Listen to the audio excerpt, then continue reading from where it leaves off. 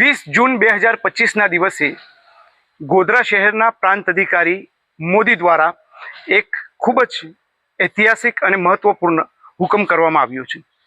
આ ઐતિહાસિક અને મહત્વપૂર્ણ હુકમ એટલા માટે છે કે ગોધરા શહેરમાં આશરે 2.5 વર્ષ પહેલાં બનાવવામાં આવેલા 6 જેટલા રસ્તાઓ ફરીથી બનાવવા માટેના આદેશ કરાયા છે. હવે આ રસ્તા કેમ ફરી બનાવવા માટેના આદેશ કરવામાં આવ્યા છે તેના અનેક કારણો છે. કારણ કે એ જે રસ્તા બનાવવામાં આવ્યા હતા તે તેની વેલિડિટી કરતાં વહેલા જ તૂટી ગયા હતા અને એ તૂટ્યા એટલા માટે કે એમાં કોઈ પણ પ્રકારની જે ગુણવત્તા હોવી જોઈએ એ ગુણવત્તાથી કામ કરવામાં નહોતું આવ્યું. 3 જેટલા કોન્ટ્રાક્ટરોએ ગોધરા શહેરના વિવિધ વિસ્તારોમાં રસ્તા બનાવ્યા હતા, જેમાં એક રોડ શેરાબાગ ઓર પિંપુટકર ચોક છે, એક શેખ મજાવર રોડ છે, એક MAT હાઈસ્કૂલ જે હમીરપુર તરફ જતો રોડ છે જે બિલકુલ બિસ્માર અને ખખડધજ હાલતમાં છે, સાથે જ કાલાભાઈ પેટ્રોલ પંપથી સિગ્નલ ફળિયા તરફ જતો રસ્તો છે. આવા 6 જેટલા આવા રસ્તાઓ જે છે તે તૂટી અને ભૂકો બોલી ગયા છે. એ તમામ રસ્તાઓ ખખડધજ થઈ ગયા છે અને ત્યાં લોકો ભારે હાલાકીના ભોગ બની રહ્યા હતા. ત્યારે ગોધરાનું લોકહિત ચેરિટેબલ ટ્રસ્ટ દ્વારા એક અરજી કરવામાં આવી અને એ અરજી ઉપર કાયદેસર રીતે કાર્યવાહી કરવામાં આવી છે. મારી સાથે લોકહિત ચેરિટેબલ ટ્રસ્ટના જાગૃત અને ક્રાંતિકારી સોહેલ બોકડા છે, તેમની સાથે વાત કરીશું. સોહેલભાઈ, શું આખી હકીકત હતી અને કયા પ્રમાણે આ ઘટના ઘટી છે અને આટલો ઐતિહાસિક જે નિર્ણય લેવાયો છે પ્રાંત અધિકારી દ્વારા, શું કહેશો? ગોધરા શહેરના આશરે 7 જેટલા રસ્તાઓ જે ટૂંક જ સમયમાં ખખડધજ થઈ ગયા હતા, જે ગુણવત્તા રહિત બનાવવામાં આવ્યા હતા, જેના લીધે એ ખખડધજ થઈ ગયા હતા ટૂંક જ સમયમાં. અને ત્યાર પછી ચોમાસાના અંદર આ રોડની હાલત વધારે ખરાબ થઈ હતી, જેને લઈને લોકો ભારે હાલાકીનો સામનો કરતા હતા. જેને લઈને લોકહિત જાગૃત યુવા ફાઉન્ડેશન ટ્રસ્ટ દ્વારા નગરપાલિકાના અંદર સતત ફરિયાદો કરવામાં આવી હતી. અમારી ફરિયાદોના અનુસંધાને આ ઇજારદારોને પ્રથમ, દ્વિતીય અને આખરી એવી 3 નોટિસો પાઠવવામાં આવી હતી, છતાં પણ એ લોકોએ કોઈ કામ કરેલ ન હતું. જેને લઈને અમે જિલ્લા સ્વાગત કાર્યક્રમમાં ફરિયાદ કરેલી હતી. જેને અનુસંધાને જિલ્લા કલેક્ટર શ્રી આશિષ કુમાર સાહેબે એક નિર્ણય કર્યો હતો પ્રાંત અધિકારી સાહેબને કે આ મેટરને ન્યુસન્સના અંદર લેવામાં આવે.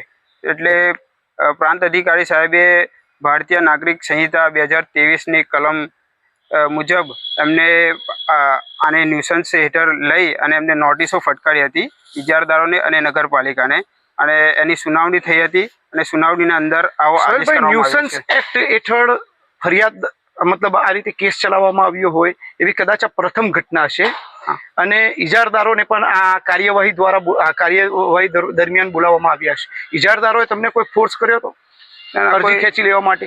કોઈ ફોર્સ તો નથી કર્યો, પણ એમને વિવિધ લોકો દ્વારા એવી ભલામણ કરી હતી કે આ રોડ લોકોની નિષ્કાળજીના લીધે લોકોએ જલ્દી ખોલી નાખ્યો હતો અને વાપરવાનું ચાલુ કરી દીધું હતું, એના કારણે તૂટી ગયો છે, એવી ભલામણો કરવામાં આવી હતી.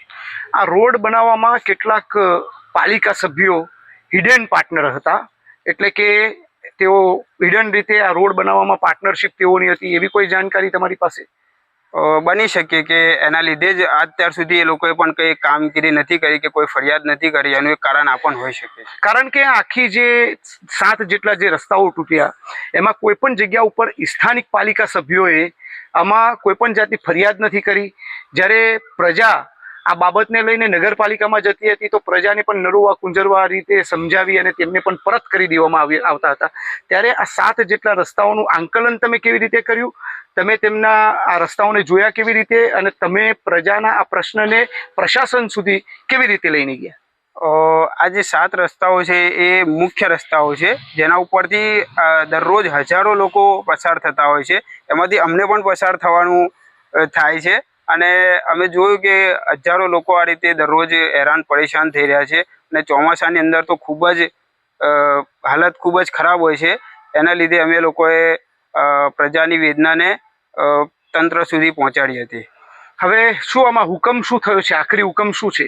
આમાં પ્રાંત અધિકારી સાહેબે એવો હુકમ કર્યો છે કે આ રસ્તાઓ ઇજારદારોએ ફરીથી ગુણવત્તાયુક્ત બનાવવાના રહેશે અને ગોધરા નગરપાલિકાના ચીફ ઓફિસર સાહેબને એવો હુકમ કર્યો છે કે તેઓ 5 દિવસના અંદર એક ટાઈમ લાઈન જાહેર કરે કે આ આટલા સમયના અંદર એમને બનાવવાના રહેશે, અને એ ટાઈમ લાઈન એમને પ્રાંત અધિકારી સાહેબને પણ જણાવવાની રહેશે અને ઇજારદારોને પણ જણાવવાની રહેશે. અને એવો પણ હુકમ કરવામાં આવ્યો છે કે જો નગરપાલિકાએ આ કામના અંદર સંપૂર્ણ દેખરેખ રાખવાની રહેશે અને જો કોઈ વિરોધ કરે કોઈ સ્થાનિકો કે કોઈ રાહદારીઓ તો પોલીસ પ્રોટેક્શન બોલાવીને પણ આ કામગીરી પૂર્ણ કરવાની રહેશે. અંગ્રેજીમાં એક બુક છે ધ ડાયનાસોર ઓન ધ અર્થ. એમાં એક વિશેષ કટાક્ષ લખવામાં આવ્યો છે કે ડાયનાસોરનું ચામડું કેટલું જાડું હતું. તો કહેવાતું એમાં લખ્યું છે કે જ્યારે એના પૂંછડા ઉપર આગ લાગે ત્યારે 350 વર્ષે તેના મગજને ખબર પડતી હતી કે મારા પાછળ કંઈક થયું છે. એ પણ નક્કી નહોતું હોતું કે પાછળ આગ લાગી છે, પરંતુ એને ખબર પડતી હતી. અત્યાર સુધી પાલિકાના જે સત્તાધીશો છે તેમને કદાચ ભેંસના ચામડા સાથે, પાડાના ચામડા સાથે લોકોએ જોડ્યા છે, પરંતુ આ જ્યારે હુકમ આવ્યો ત્યારે મને એવું થયું કે આ જે ચામડું છે એ the dinosaur on the earth બુકમાં જે લખાયેલો કટાક્ષ છે તેની સાથે બિલકુલ સામ્યતા ધરાવે છે. સામ્યતા એટલા માટે છે કે પ્રજા અનેક વખત આ પ્રશ્નોને લઈ સ્થાનિક નગરપાલિકાને રજૂઆત કરવા માટે ગઈ હતી, પરંતુ નગરપાલિકાએ આખાડા કાન કરી પ્રજાની આ સમસ્યાનો નિરાકરણ કરવાની જગ્યા ઉપર તેમને ખોટી સાંત્વના, ખોટી તેમને રાહ આપી અને તેઓને નિરાશ કર્યા હતા. પરંતુ આખરે ગોધરાનું જનહિત ચેરિટેબલ ટ્રસ્ટ જે છે, જે એજ્યુકેશન ક્ષેત્રે પણ કામ કરે છે, તેઓએ આખું બીડું ઝડપ્યું અને તેમના જે ક્રાંતિકારી જે યુવાનો હતા તેઓ સરકાર સુધી આ વાતને લઈને ગયા, સ્વાગતમાં લઈને ગયા અને ત્યાંથી જિલ્લા સમાહર્તા દ્વારા આ બાબતનો આદેશ કરવામાં આવ્યો અને ન્યુસન્સ એક્ટ, ખાસ ન્યુસન્સ એટલે સમજી શકીએ છીએ કે ન્યુસન્સ એટલે શું છે. ન્યુસન્સ એક્ટ હેઠળ આખી આ ફરિયાદને ચલાવવામાં આવી અને તેનો હુકમ કરવામાં આવ્યો છે. ત્યારે કહેવાય કે જ્યારે ક્રાંતિ લાવવા માટે જો યુવાનો જ આગળ આવે અને યુવાનો જ પોતાની કટિબદ્ધતા અને પોતાની દ્રઢતા બતાવે તો દરેક વસ્તુ બદલાઈ શકે છે.